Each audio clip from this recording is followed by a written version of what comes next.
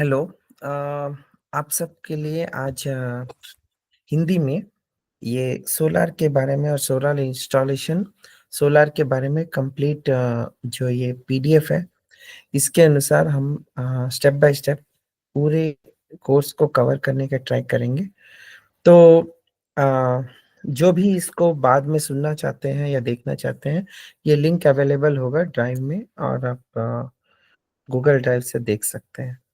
तो देखिए यहाँ पर यूज़र मैनुअल में आपको पूरा डिटेल्स दिए गए हैं जिसके बारे में लाइक सोलर इंस्टॉलेशन और सोलर के प्रोडक्ट्स जितने भी हैं उसके बारे में इंफॉर्मेशन है।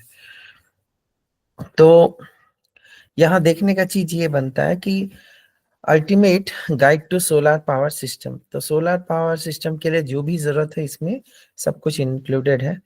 Introduction to solar energy. Solar energy होता क्या है? सोलर एनर्जी होता ये है कि ये जो लाइट होता है ना, समझिए यहाँ पर सनलाइट या सन का जो जो भी लाइट अगर डायरेक्ट लाइट नहीं भी गिरता है, लेकिन अगर क्लाउड्स के अंदर से भी अगर बाहर जो डे टाइम का जो लाइट रहता है ना, वो लाइट भी पड़ता है ना, तो उससे भी सोलर पावर जनरेट होता है। ये सोलर सेल्स हैं, जो सोलर पैनल के ऊपर सोलर सेल्स होते हैं, जिसके ऊपर ये लाइट गिरने से वो फोटो इलेक्ट्रिक जो केमिस्ट्री होता है उसके कारण से इलेक्ट्रॉन्स के मोशन होते हैं, जिसके कारण इलेक्ट्रॉन इस मूवमेंट के कारण और उससे जो है इलेक्ट्रिसिटी जनरेट होता है। और उसी एनर्जी को हम लोग सोलर एनर्जी बोलते हैं, सोलर पावर बोलते हैं। अब इस सोलर पावर को आप जो है कैसे भी किसी भी घर में यूज हो सकता है, ठीक है। एक चीज पहले समझ लीजिए, बहुत जरूरी है कि पावर, वोल्टेज और करंट, ये तीन चीज डिफरेंट है, ठीक है। बहुत सारे लोग कंफ्यूज हो जाते हैं। पावर का जो यूनिट होता है वो होता है वैट, है ना। पावर जो है उसका वैट में, वैट यूनिट में कैलकुलेट होता है। उसी तरह से वोल्टेज जो होता है वो वोल्ट होता है। वोल्टेज का जो कैलकुलेशन है उसको बोलते हैं वोल्ट करके। उसी तरह जो करंट होता है ना वो एम्पियर्स में होता है। उसका यूनिट जो है एम्पियर है, करंट का यूनिट एम्पियर है, ठीक है। तो पावर, वोल्टेज एंड करंट। तो पावर जो होता है वो वोल्टेज और करंट के मल्टीप्लिकेशन से, मतलब अगर आप वोल्टेज और करंट लेके जो मल्टीप्लाई करेंगे तो आपको पावर पता चलेगा। तो जो भी सोलर पैनल्स है ना, इसको हम लोग वोल्टेज और करंट से नहीं मेजर करते हैं, इसको पावर से मेजर करते हैं। तो जब हम बोलते हैं जैसे एक सोलर पैनल 500 वैट का है, तो 500 वैट पावर जनरेट करेगा, ये एनर्जी जनरेट करेगा, वो बता रहा है। तो वैट जो है पावर बताता है, ठीक है। तो अब जो है इसमें कितने वैरायटीज हैं, तो वो देखने के लिए यहाँ पर है आपके pass on grid system, of grid system and hybrid system, ठीक है। इस तरह से तीन सिस्टम है। इसके अलावा एक हो गया सोलर पंप। तो सोलर पंप भी जो है इसी का एक रूप है, ठीक है। तो आपके पास हो गया solar on grid, solar of grid and solar hybrid system. उसके अलावा सोलर पंप्स। ये चार तरह के जो प्रोडक्ट्स हैं, इस सभी पे हम लोग इसमें डील करते हैं, ठीक है। तो अभी आगे जाके हम लोग देखेंगे कि solar on grid, of grid और हाइब्रिड और सोलर पंप्स होते कैसे हैं और कैसे काम करते हैं, ठीक है। ये पूरे जो है इलेक्ट्रिसिटी जनरेट करता है और इलेक्ट्रिसिटी जनरेट करने के बाद इसको कहीं ना कहीं से हम अपने यहाँ यूज कर सकते हैं, अपने घरों में, इंडस्ट्रीज में यूज हो सकता है, हॉस्पिटल्स में यूज होता है, कमर्शियल एरिया में यूज होता है पावर, कमर्शियल बिजनेसेस में यूज हो सकता है, करंट पैदा करके बेच भी सकते हैं। और करंट को जिस तरह से चाहे वैसे, मतलब आप देख सकते हैं कि जहां भी एनर्जी रिक्वायरमेंट है वहां पर आप सोलर लगा सकते हैं। आजकल जिस तरह से सोलर का डिमांड बढ़ रहा है, क्योंकि हमारा एनर्जी डिमांड बढ़ रहा है ना। तो उसी तरह यहाँ देखिए ग्रोइंग एनर्जी डिमांड। तो अभी जो है देख रहे हैं कि एनर्जी डिमांड बहुत ज्यादा बढ़ रहा है स्टेट बाय स्टेट। हमारा जितने भी जो डार्क स्टेट्स दिख रहे हैं रेड कलर में, यहाँ अभी बहुत ज्यादा एनर्जी यूज हो रहा है सब जगह पे। तो अब ये सब जगह पे जो भी मतलब जो एनर्जी जो भी जरूरत पड़ता है, ये एनर्जी कितना ज्यादा जो स्टेट में है, एस्टिमेटेड सोलर पोटेंशियल कितना है, तो कहाँ ज्यादा सोलर एनर्जी पैदा किया जा सकता है, तो वो दिखाया जा रहा है कि इस सब एरिया में ज्यादा इलेक्ट्रिसिटी पैदा किया जा सकता है और इसमें पोटेंशियल बहुत ज्यादा है, ठीक है। तो इसमें जैसे राजस्थान हुआ, ये सब जगह पे ज़्यादा पोटेंशियल है इलेक्ट्रिसिटी जनरेट करने का, सोलर पावर से। और सोलर पावर जबकि हर जगह पे है, ठीक है? सभी जगहों पर ऑलमोस्ट सोलर पावर देखने को मिलता है। इससे क्या होता है कि जो सोलर पावर है, ये हमारा जो एनर्जी डिमांड है, वो फुलफिल करता है। जो पूरे देश में जितने भी एनर्जी ज़रूरत पड़ता है करंट इलेक्ट्रिसिटी, वो कितने सोर्सेस से आते हैं, कोल से आता है, ज़्यादातर पेट्रोल, डीज़ल ये सब को जलाने से आता है। और इसके अलावा आप जो है solar power, wind power, water जो हाइड्रोलिक पावर, ये सब से भी हमें पावर जो है मिलता है, ठीक है ना? तो जनरेट किया जाता है। लेकिन जो सोलर पावर है वो रिन्यूएबल एनर्जी है और आराम से, मतलब इसके लिए कुछ जलाने का जरूरत नहीं है, कोई कोल कोल ओल, जिससे प्रदूषण भी नहीं होता है ना। और इससे पूरा जो है ग्रीन एनर्जी जो है पैदा होता है, जो देश के लिए भी अच्छा है। और फ्री में ये एनर्जी जो है, हमारे जैसे देश में बहुत ज्यादा धूप रहता है, तो ऑन ग्रिड सिस्टम, मतलब जो सोलर सिस्टम है वो बहुत फायदेमंद है। अब एनवायरमेंटल बेनिफिट क्या होता है कि देखिए, जैसे कि आप अगर एक घर में एक 3 किलोवाट का सोलर सिस्टम लगाते हैं, तो ये इसका मतलब हुआ कि आप जो पावर जनरेटेड पर ईयर जो है 5,400 यूनिट आप पैदा करेंगे, ठीक है? साल भर में, अगर 3 किलोवाट का सिस्टम लगाते हैं तो। और वो अप्रोक्सीमेटली ऐसा हुआ कि आप 45 ट्री जो है ना, हाँ, उसको बचा लिए हैं, उतने ट्रीज को कट होने से बचा दिए हैं आप, या फिर इतने ट्री लगा देने के बराबर का आप एक हेल्प कर रहे हैं जस्ट 3 किलोवाट का सोलर लगा करके। तो इसीलिए कहते हैं कि सोलर लगाइए और देश में आप ग्रीन एनर्जी को बढ़ावा दीजिए, ठीक है ना? 5 किलोवाट का देखिए ना, इतने यूनिट्स पैदा होते हैं, और 10 किलोवाट में 18,000 यूनिट पैदा हो रहे हैं, है ना? तो ये ऐसा है।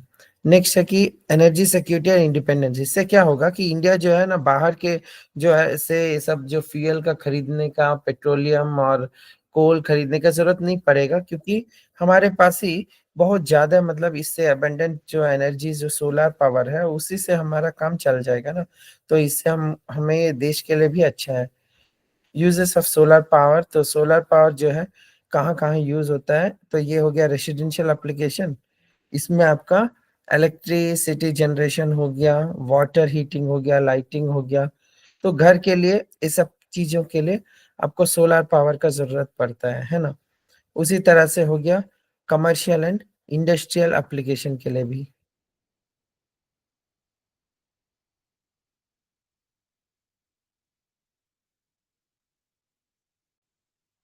स्टार्ट रिकॉर्डिंग की।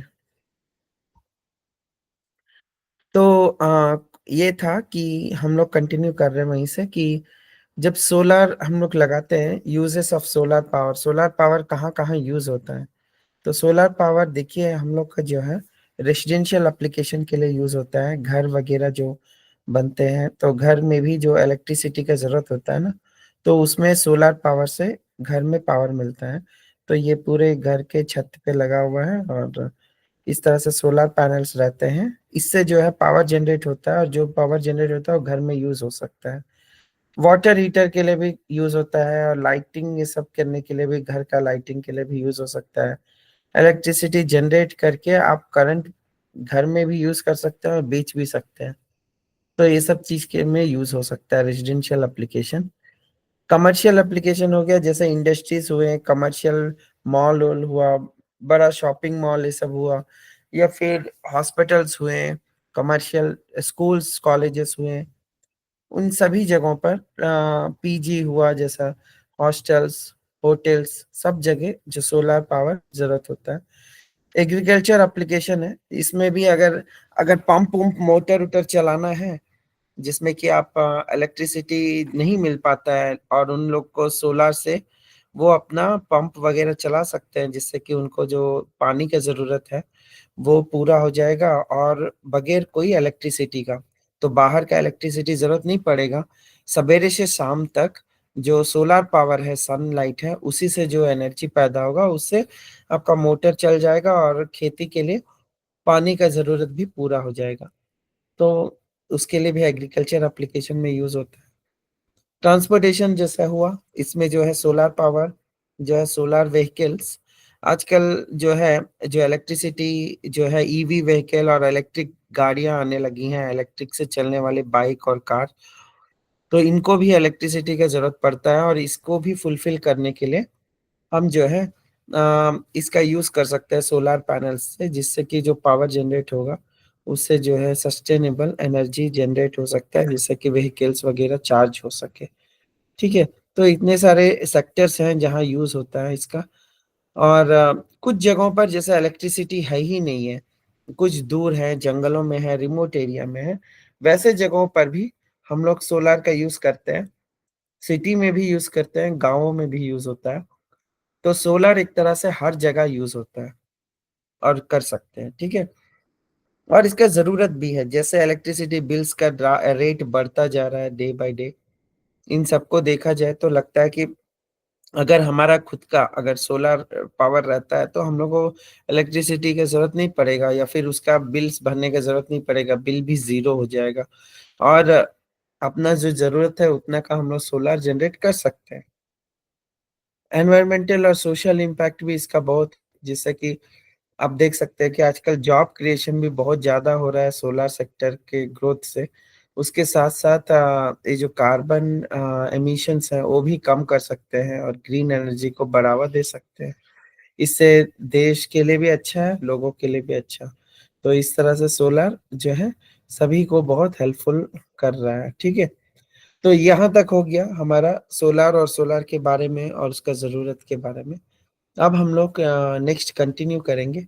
ये हो गया जो टाइप 1 है चैप्टर, इसमें हम लोग डिस्क्राइब किए हैं कि ये जो हमारे जो सिस्टम्स हैं, जो 4 सिस्टम मेनली हम लोग कहे हैं पहले, on grid system, of grid system, hybrid system और सोलर पंप। इसके बारे में थोड़ा और डिटेल्स जो है ना, अभी इसमें हम लोग डिस्कशन करेंगे, ठीक है? तो अब जो क्वेश्चन बनता है कि अ हम लोग ऑन ग्रिड सिस्टम क्या होता है? तो इसको हम लोग नेक्स्ट वीडियो में करते हैं। इसको हम रिकॉर्ड सेशन को अभी स्टॉप करते हैं। तो यहाँ तक कोई क्वेश्चन है आपका? या नहीं है तो अभी हम स्टार्ट करेंगे तो आगे में क्वेश्चंस भी आ सकते हैं, ठीक है? तो ये हुआ वीडियो का दूसरा सेक्शन पार्ट 2। अब हम लोग पार्ट 3 से जो वीडियो आएगा, वो पूरा जो है डिस्क्रिप्शन रहेगा, ऑन ग्रिड, ऑफ ग्रिड और हाइब्रिड से लेकर के स्टार्ट होगा।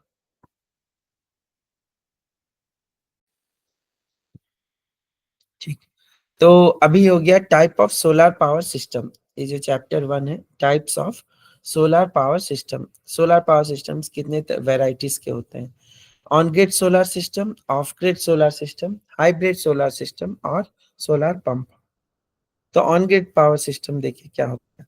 ऑन ग्रिड सिस्टम ये होता है, इसको ग्रिड टाई सोलर सिस्टम भी बोलते हैं, ग्रिड टाई सिस्टम, ओके।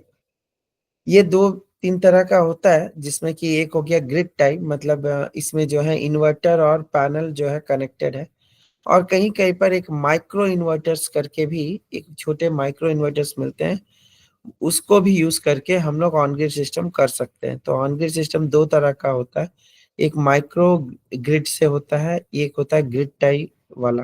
तो अभी ग्रिड टाई के बारे में यहाँ दिया गया है कि ग्रिड टाई कनेक्शन होता क्या है और ग्रिड टाई से कनेक्शन करके कैसे ऑन ग्रिड सिस्टम बनाया जाता है।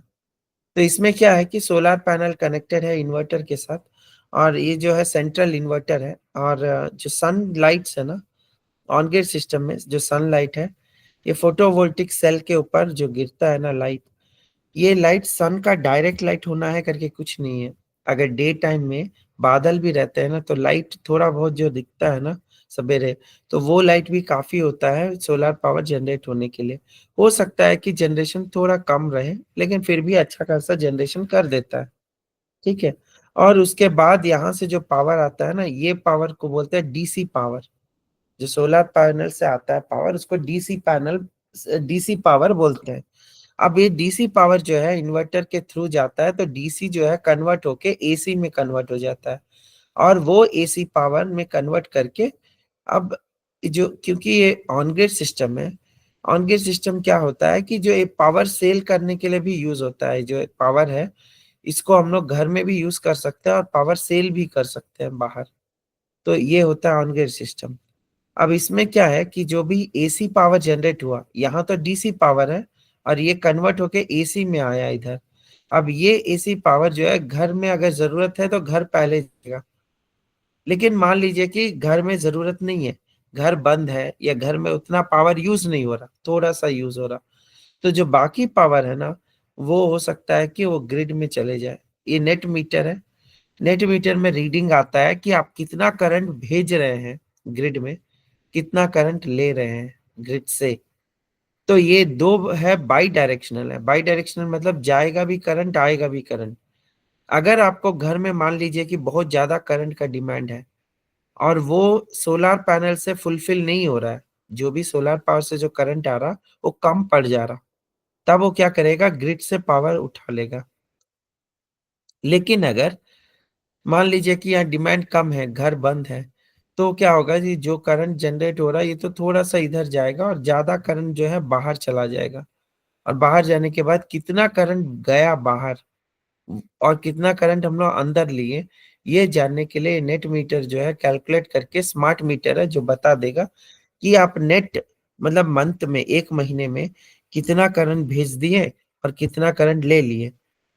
और ये दोनों का जो रीडिंग लेने के बाद आपका जो बिल जनरेट होगा, इलेक्ट्रिसिटी बिल, अगर आप ज्यादा करंट भेज दिए ग्रिड में और कम करंट लिए, इसका मतलब है कि आपको बेनिफिट होना चाहिए। तो जो एक्स्ट्रा करंट जो बेच दिए हैं उसका पैसा मिलना चाहिए, या फिर आपको उसका बेनिफिट यूनिट्स मिल जाना चाहिए। तो उसके जो बराबर का यूनिट्स मिलना चाहिए, वो महीने में एक बार कैलकुलेट होता है और इलेक्ट्रिसिटी बिल में दिया जाता है कि आपका इतना जो है यूनिट्स एक्स्ट्रा जनरेट हुआ है और भेजे हैं, बेचे हैं करके। ठीक है। तो ये वाला कैलकुलेशन होके महीने में एक बार आपको बिल जनरेट होने पर आपको कितना पैसा आना है वो आपके बैंक में डायरेक्ट डिपॉजिट करके भेज दिया जाता है। अगर आपका जो एक्सेस जो भी करंट जनरेट हुआ, ज्यादा जो करंट जनरेट करके भेज बेचे हैं, उसका पैसा जो है मंथली एक बार में आपको बैंक अकाउंट में आ जाएगा। ठीक है, तो कस्टमर को बैंक अकाउंट में मिल रहा। दूसरा बेनिफिट ऑन ग्रिड सिस्टम का ये है कि ऑन ग्रिड सिस्टम में आपको लोन मिलते हैं। अगर किसी को लोन चाहिए, पैसा नहीं है करंट में और उसको लोन चाहिए बैंक से, तो अच्छी तरह से इजीली सभी को लोन मिल जाएगा। ऑन ग्रिड सिस्टम लगाने वाले को क्यों मिल जाएगा? क्योंकि इसमें सब्सिडी भी है। और सब्सिडी है क्या? गवर्नमेंट, सेंट्रल गवर्नमेंट जो है सब्सिडी दे रहा है कि जो भी सोलर सिस्टम अपने घर में लगाएगा, 3 किलोवाट तक का सोलर सिस्टम लगाने पर 78,000 रुपीज जो है आपको सब्सिडी मिलेगा। 78,000, 3 किलोवाट का सिस्टम। 2 किलोवाट में आपको 60,000 का मिलेगा और 1 किलोवाट में आपको 30,000 तक का सब्सिडी मिल जाएगा। तो आपको लगाने पर, सोलर लगाने पर आपको सब्सिडी गवर्नमेंट दे रहा है, जिससे आपका पैसा भी कम पड़ रहा। उसके अलावा बाकी जो भी पैसा है वो भी आपको लोन के रूप में गवर्नमेंट दे रहा है। तो आपको बैंक लोन भी इजीली मिल रहा, जिससे कि आप सोलर लगा सके अपने घर में और कम खर्च में। तो ये व्यवस्था है ऑन ग्रिड सिस्टम में। ठीक है ना? तो ये हो सिस्टम और रूल्स पता चल गया आपको। बैंक का डिटेल्स भी बताए हैं और लोन के बारे में बताए हैं। लोन का इंटरेस्ट जो है वो 7% का लोन का इंटरेस्ट रहेगा अगर आप 3 किलोवाट तक का लेते हैं। लेकिन अगर 3 से 10 किलोवाट का कोई सिस्टम लेते हैं तो आपका लोन का जो है 9 से 10% के आसपास लगेगा। कोई भी नेशनल बैंक्स में जो है ऑन ग्रिड सिस्टम पे आपको लोन मिल जाएगा। नेशनल बैंक और सम क्रेडिट एजेंसीज भी हैं। ठीक है। तो वही है कि आपको 3 किलोवाट तक का सोलर लगाने पर आपको जो है बगैर कोई ज्यादा डॉक्यूमेंटेशन का, जस्ट इलेक्ट्रिसिटी बिल, आपका आधार कार्ड, बस यही दो चीज और पैन कार्ड, ये तीन चीज देने पर आपको लोन भी मिल जाएगा और लग जाएगा। ये हो गया सेंट्रल सब्सिडी जो हम बोले 78,000। उसके अलावा कुछ स्टेट्स ऐसे हैं जहां पर स्टेट भी सब्सिडी दे रहा है 30, 50, 60% तक। तो बहुत अच्छा सब्सिडी मिल रहा है स्टेट गवर्नमेंट के थ्रू भी। तो अगर स्टेट और सेंट्रल का दोनों का बेनिफिट उठा ले तो एक आदमी को बहुत सस्ते में सोलर सिस्टम लग जाएगा घर में। तो कुछ स्टेट में है, कुछ स्टेट्स में नहीं है। कुछ, लेकिन जो सेंट्रल गवर्नमेंट का जो सब्सिडी 78,000 है वो सबको मिलेगा पूरे देश में। ठीक है, ये हो गया ऑन ग्रिड सिस्टम। तो ऑन ग्रिड सिस्टम जो है सोलर, इसमें क्या क्या इक्विपमेंट जरूरत पड़ रहा है? Solar panel, inverter, net metre का ज़रूरत पड़ता है यहाँ पर, ऑन ग्रिड सिस्टम में, ठीक है? अब इसके बेनिफिट है क्या? इसके बेनिफिट है कि ये रिड्यूस्ड इलेक्ट्रिसिटी बिल को कम कर देगा। नेट मीटरिंग अपॉर्च्युनिटी देगा जिससे कि आपको करंट कितना गया, कितना आया, एक स्मार्ट मीटर मिलेगा और इसमें वाईफ़ाई डिवाइस रहता है जिससे कि आप अपना फ़ोन में भी देख सकते हैं कि इस दिन में आपका इलेक्ट्रिसिटी कितना जनरेट हुआ, कितना आप बेचे हैं, कितना यूज़ किए हैं, सब कुछ पता चल जाएगा, ठीक है? इससे जो है आपका कॉस्ट भी घटेगा और आपको मॉनिटर करना भी आसान है और इसके अलावा इसमें जो भी काम करते हैं ऑन ग्रिड सिस्टम में, आपको मिनिमम 5 साल का जो है ना वारंटी मिलेगा काम का। तो इससे कस्टमर को 5 साल तक तो कुछ देखने का भी ज़रूरत नहीं है, ठीक है। ऐसे भी जो वारंटी होते हैं सोलर पैनल का 25 साल का से लेके 30 साल तक का रहता है। सो 30 साल का तो आपका पैनल वारंटी हो गया।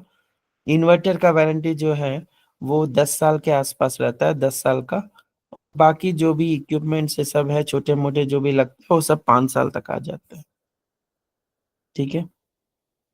उसके बाद हम लोग जानेंगे ऑफ ग्रिड सोलर सिस्टम होता क्या है?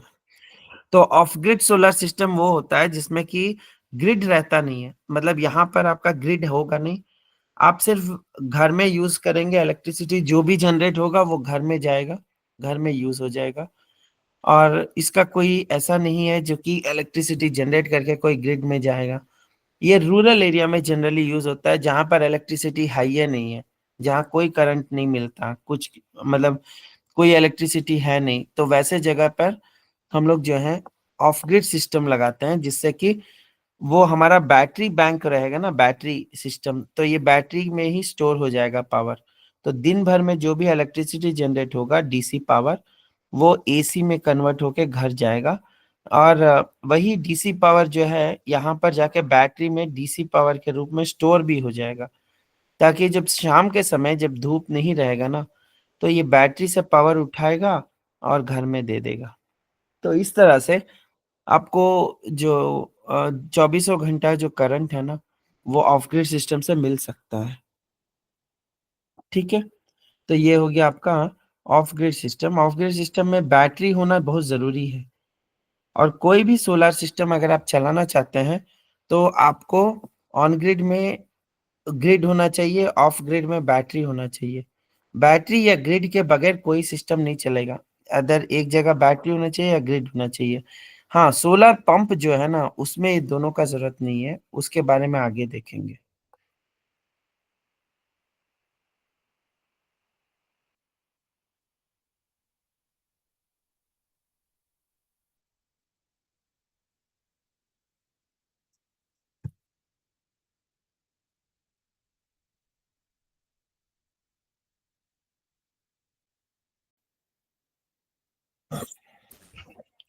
तो अब जो है हम लोग चैप्टर 2 में देखेंगे कि ऑन ग्रिड सोलर सिस्टम और इसमें क्या-क्या जो है डिटेल्स में जानेंगे इसमें क्या-क्या आते हैं। ऑन ग्रिड सिस्टम जो है working on on grid solar power system तो इसमें ग्रिड टाई सोलर सिस्टम करके मिलता है। इसको ग्रिड टाई इसलिए बोलते हैं क्योंकि एक इन्वर्टर रहता है और वो बहुत सारे जो है पैनल से कनेक्टेड रहता है। तो एक सिंगल और ये ग्रिड से कनेक्टेड भी रहता है। मतलब ग्रिड मतलब इलेक्ट्रिसिटी का जो पावर आता है ना ग्रिड का पावर, वो पावर जो है वो सोलर से कनेक्टेड रहता है, एक्सपोर्ट कर सकते हैं।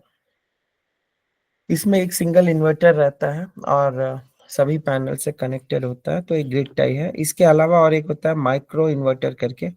माइक्रो इन्वर्टर जो है हर एक पैनल के साथ एक इन्वर्टर आता है। जितने पैनल्स होंगे उतने इन्वर्टर आएगा, तो वो माइक्रो इन्वर्टर का सेटअप है।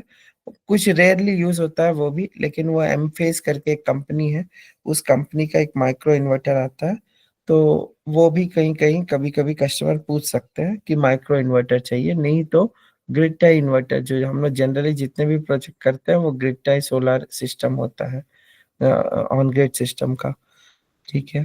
उसके बाद ऑन-ग्रिड सिस्टम में जो इसमें जो है सोलर एनर्जी जनरेशन जो है ना the process begin with solar panels इसमें सोलर पैनल्स रहते हैं। सोलर पैनल्स सब जानते हैं तो ये फोटोवोल्टिक सेल्स है। और जो कि एक पैनल के रूप में रहता है, पीवी पैनल्स बोलते हैं। तो ये जो है सीरीज में कनेक्टेड होते हैं, सभी पैनल्स को सीरीज में एक के बाद एक कनेक्ट करके उसका एक स्ट्रिंग बना करके उसे इन्वर्टर से कनेक्ट किया जाता है। तो जो पैनल होता है वो सोलार पावर को कैप्चर करता है और डीसी पावर जो है जनरेट करता है। उस डीसी पावर को हम लोग इन्वर्टर से कनेक्ट करके कन्वर्ट करते हैं। तो before connecting to inverter, connect करने से पहले इन्वर्टर से पैनल और इन्वर्टर के बीच में एक डीसी डीबी रहता है, जो कि डीसी डीबी जो है डीसी प्रोटेक्शन डिवाइस है। तो डीसी पावर से प्रोटेक्शन के लिए उसको यूज करते हैं और वो एक डीसी डीबी डिवाइस रहता है।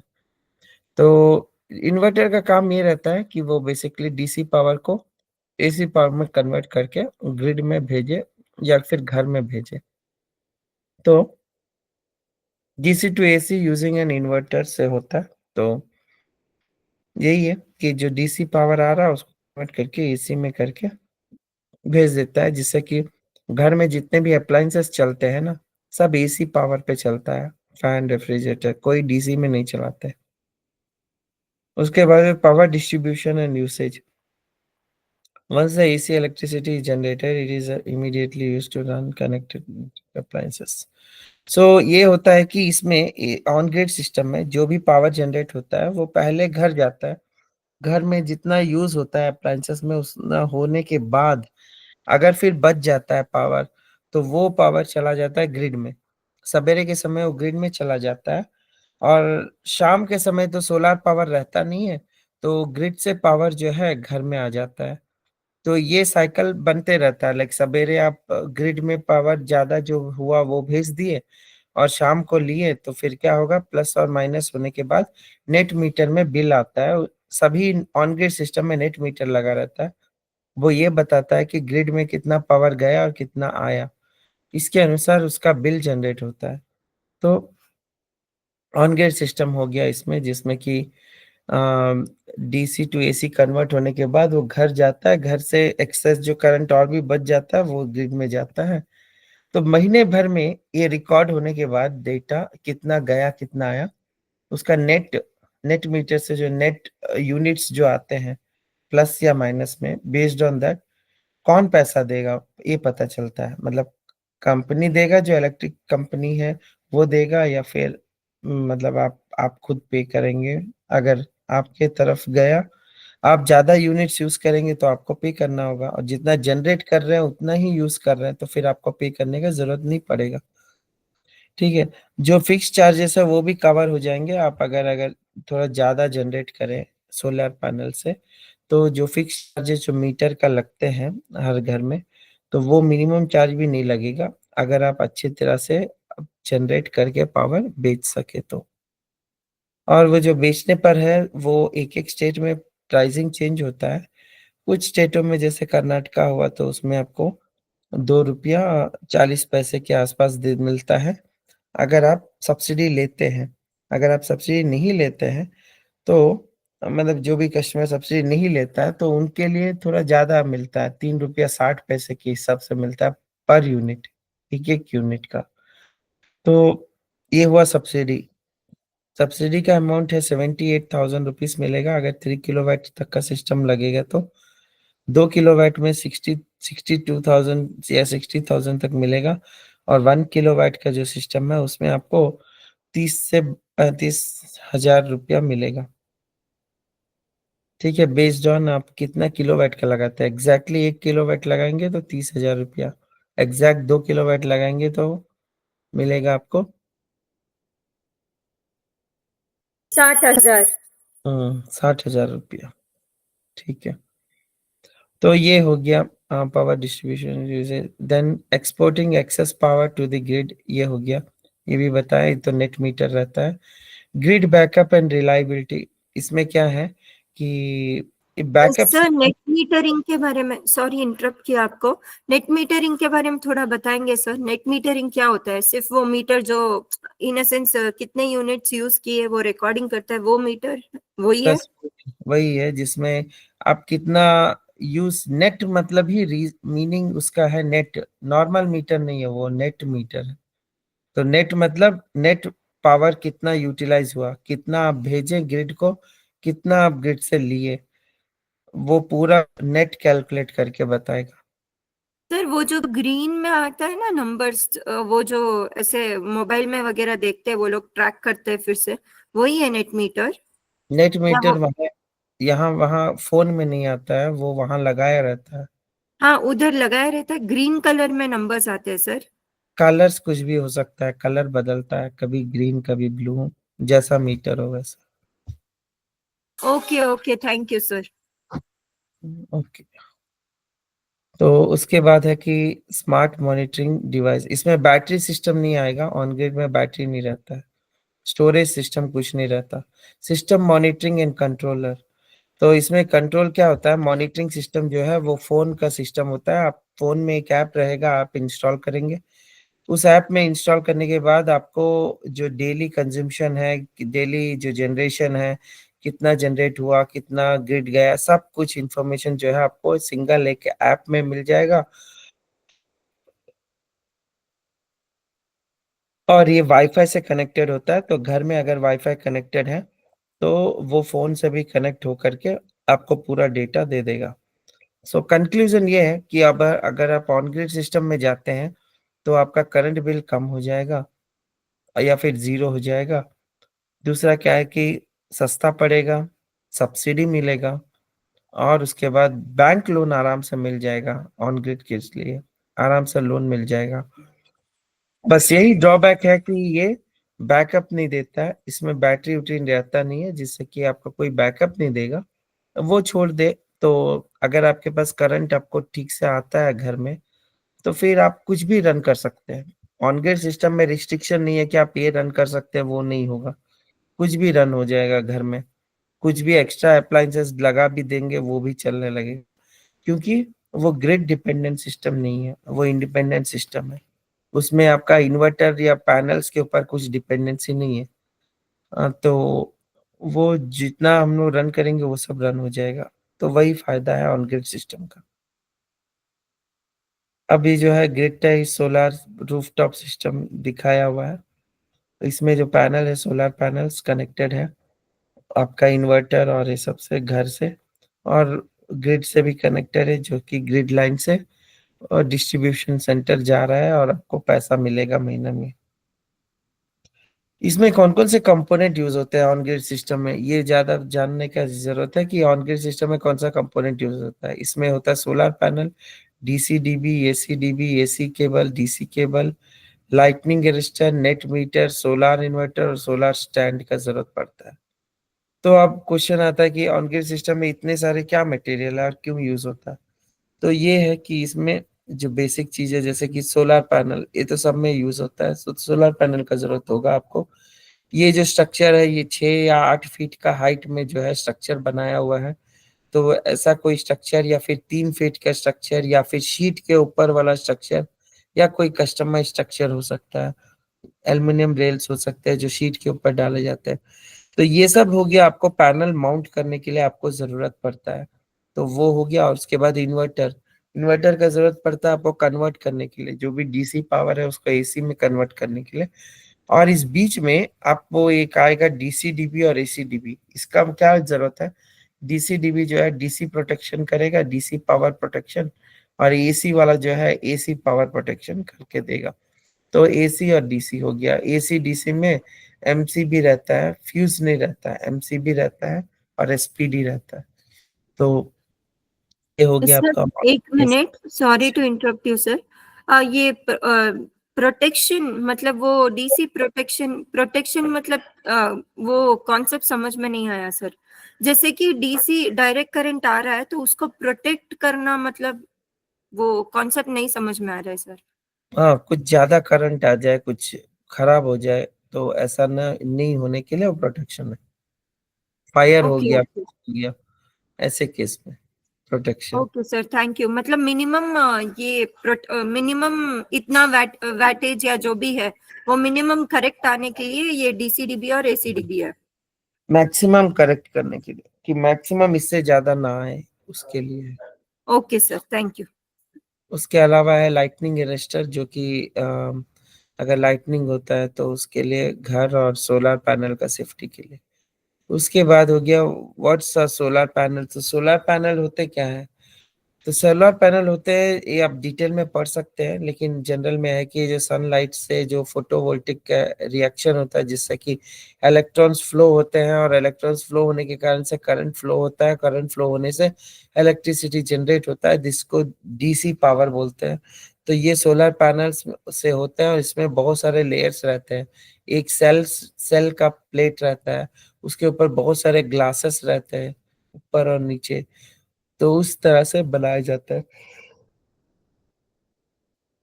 ताकि पैनल ग्लास खराब ना हो। सर, ग्लास ऊपर और नीचे बाईफेशियल में रहते हैं या मोनो में भी ग्लास रहता है?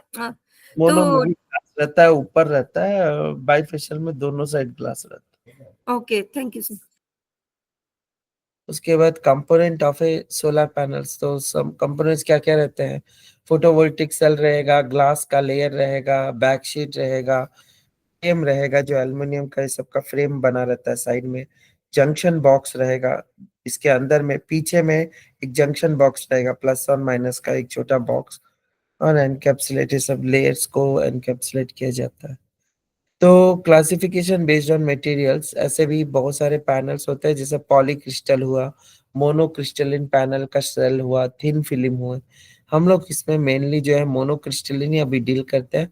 पॉलीक्रिस्टलिन बंद हो गया, और थिन फिल्म का तो कुछ पता नहीं।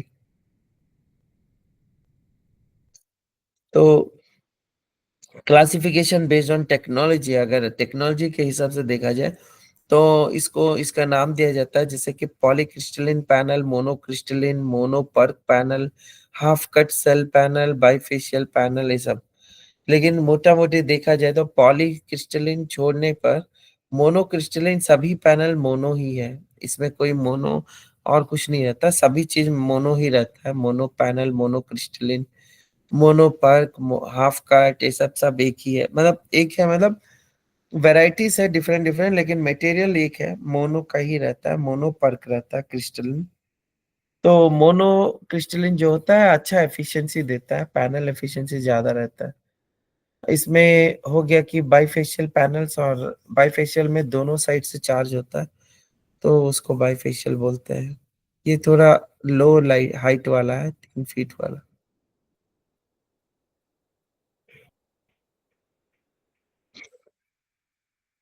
उसके अलावा भी अभी कुछ पैनल्स आए हैं जिसको टॉपकॉन पैनल बोलते हैं, और एक जो टॉपकॉन पैनल है इसका एफिशिएंसी बहुत ज्यादा होता है। और ये जो टॉपकॉन पैनल्स है वो आजकल ज्यादा चलता है, लेकिन उसके अलावा और भी एक नया टेक्नोलॉजी है जो HJT कहलाता है। सो ये HJT टेक्नोलॉजी जो है अब तो फिलहाल उतना यूज में नहीं है। कुछ कंपनी जैसे लूम सोलार जो है वो पैनल को बेचता है। उसके अलावा जो भी मतलब HJT वाला टेक्नोलॉजी है उसको ज्यादा कहीं यूज नहीं होता है।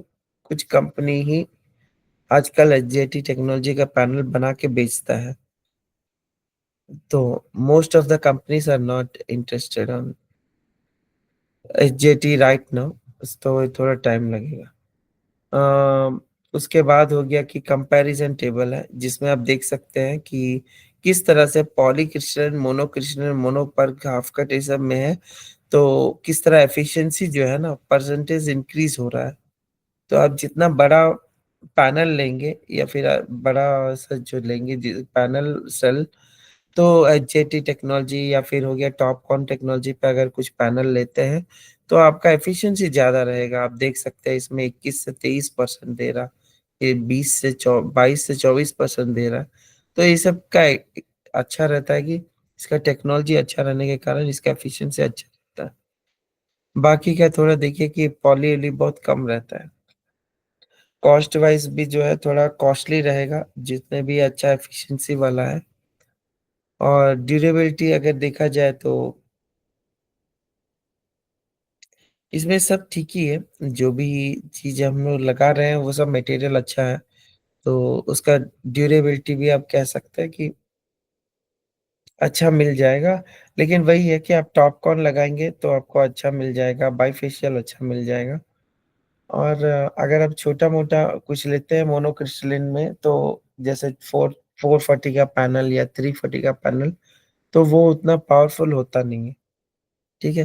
तो कोई भी अगर पैनल्स देखना है कि कौन-सा ज़्यादा एफिशिएंट है, तो उनका बस ये देखना है, उनका परसेंटेज एफिशिएंसी देखना ज़रूरी है, ठीक है? हम इसको यहाँ पॉज़ कर देते हैं। 1 मिनट पॉज़ कर रहे हैं, कॉल आ रहा।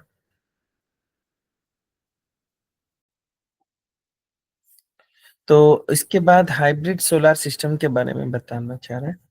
तो हाइब्रिड सिस्टम होता ये है कि इसमें जो एनर्जी जनरेट होता है ना, ये डायरेक्टली हाइब्रिड सिस्टम में सोलर पैनल से लेकर के जो भी डीसी पावर है, ये जाता है इन्वर्टर के थ्रू। और ये ऑफ ग्रिड नहीं है, ये हाइब्रिड हो सकता है। मतलब इसमें ये जो डायग्राम है ये एग्जैक्टली हाइब्रिड का है नहीं। हाइब्रिड में ऐसा होता है कि इसमें ग्रिड भी रहता है, ठीक है ना? ये ऑफ ग्रिड का है। हाइब्रिड में जो है आपको यहाँ ग्रिड रहेगा, मतलब आप करंट जो है जनरेट करेंगे, इन्वर्टर में जाएगा, तो डीसी पावर एसी में कन्वर्ट होगा, जो कि घर में जाएगा। और घर के अलावा जब भी पावर रहेगा, मतलब हाइब्रिड जो है ना, जब करंट रहेगा ना, जब ग्रिड रहेगा, तो ग्रिड में भी वो भेजेगा पावर, और आप करंट बेच भी सकते हैं। जैसे आप देखे थे कि ऑन ग्रिड में जैसे ग्रिड है ना, ग्रिड में पावर बेच सकते हैं नेट मीटर के थ्रू, वैसा ही हाइब्रिड सिस्टम में भी ये जो यहाँ पर ग्रिड आएगा और ग्रिड में आप पावर बेच सकेंगे। और जो जो घर है, घर में भी एसी पावर जो है जाएगा, तो ठीक है। तो ये जो जब भी पावर रहेगा ग्रिड में, तो ये इन्वर्टर जो है ऑन ग्रिड जैसा काम करेगा। और जब पावर ग्रिड में नहीं रहेगा तो वो ऑफ ग्रिड जैसा काम करेगा, मतलब बैटरी बैकअप रहेगा, बैटरी बैंक से वो काम करेगा। तो ये हाइब्रिड जो होता है ना, वो ऑन ग्रिड और ऑफ ग्रिड दोनों जैसा काम करता है। तो ये डायग्राम करेक्ट नहीं है, आप आगे देख सकते हैं हाइब्रिड के बारे में। तो इससे क्या होता है कि आपको जब पावर नहीं रहेगा तो ये बैकअप देगा, जब पावर रहेगा तो वो ऑन ग्रिड जैसा घर के लिए भी काम आएगा और ग्रिड में भी करंट बेचेगा, तो जिससे आप पैसा भी कमा सकते हैं। और इसमें सब्सिडी भी मिलेगा। बड़ा चीज ये है कि इसमें सब्सिडी मिलेगा, लोन भी आराम से मिल जाएगा, ठीक है। तो इस तरह से आप हाइब्रिड सिस्टम को भी कस्टमर को दे सकते हैं। जहाँ थोड़ा पावर कट्स ज्यादा रहते हैं ना, वहां पर जनरली हम लोग हाइब्रिड सिस्टम दिया जाता है, ठीक है। इसमें जो है backup power during outages and reduce electricity bills and flexibility in energy management. Higher cost due to batteries, cost थोड़ा ज्यादा रहता है क्योंकि इसमें बैटरी भी लग रहा है और ग्रिड वाला नेट मीटर भी लग रहा है, तो दोनों लगने के कारण थोड़ा कॉस्ट बढ़ता है। ऑन ग्रिड से थोड़ा ज्यादा बढ़ता है क्योंकि ऑन ग्रिड से भी ज्यादा आपको यहाँ बैटरी और इन्वर्टर भी थोड़ा डिफरेंट इन्वर्टर लगता है। ऑन ग्रिड इन्वर्टर नहीं लगता, यहाँ हाइब्रिड वाला इन्वर्टर लगता है, तो वो है। और यहाँ आप क्लियरली देख सकते हैं, यहाँ पर पूरा दिया गया है कि ऑन ग्रिड, ऑफ ग्रिड और हाइब्रिड के बीच में क्या होता है डिफरेंस। और डिपेंडेंसी ऑन ग्रिड, ग्रिड पे क्या डिपेंडेंसी रहता है। ऑन ग्रिड में जो है फुली ये ग्रिड पे डिपेंडेंट है, ग्रिड रहेगा तो ही चलेगा।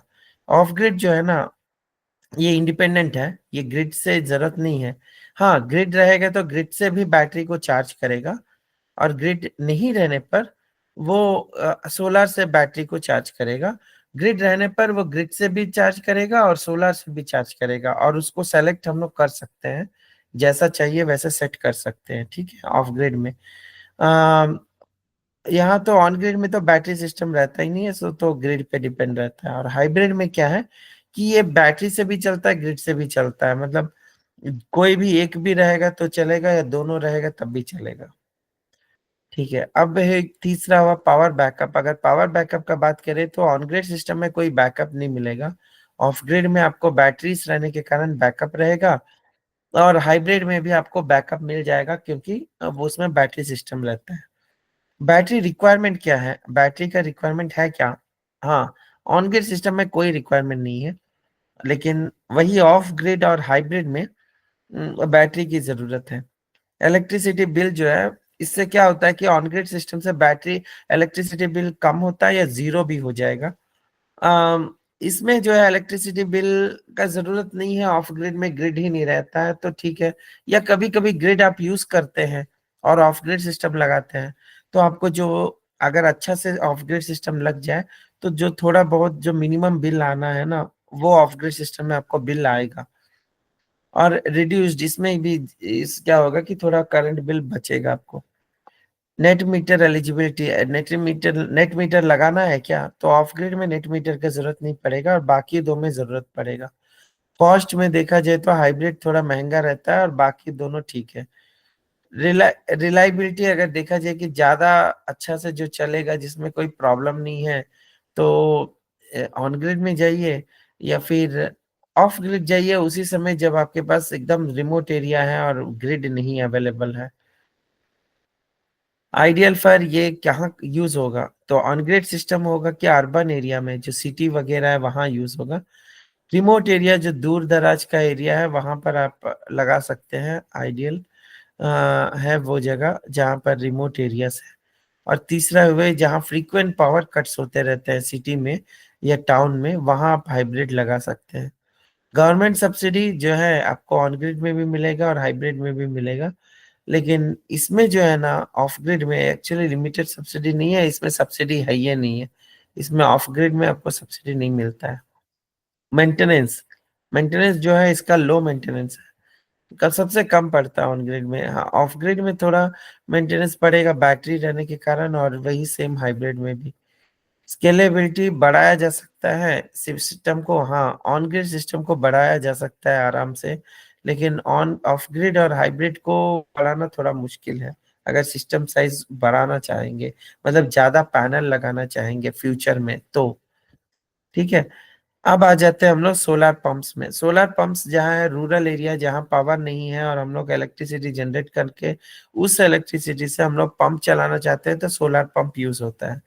सोलर पंप कहीं पर भी यूज कर सकते हैं, ये सवेरे 8 से शाम का 5 बजे तक चलेगा और इसमें सोलर पैनल्स और वीएफडी लगेगा और उसके थ्रू वो पंप और मोटर जो भी घर में एग्जिस्टिंग है या ऑलरेडी खेत में यूज हो रहा है उसी को हम लोग सोलर में कन्वर्ट कर सकते हैं, या फिर पूरा सिस्टम ही सोलर पंप लगा के हम लोग बना के देते हैं।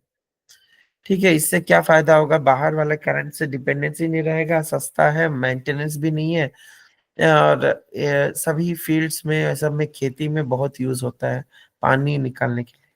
ठीक है, तो ये हुआ। अब हम लोग पूरे जास्ती ज्यादा डिस्कशन करेंगे डीप में कि ऑन ग्रिड सिस्टम होता क्या है आगे चैप्टर में। ठीक है, अभी यहाँ पर ये क्लास क्लोज करते हैं।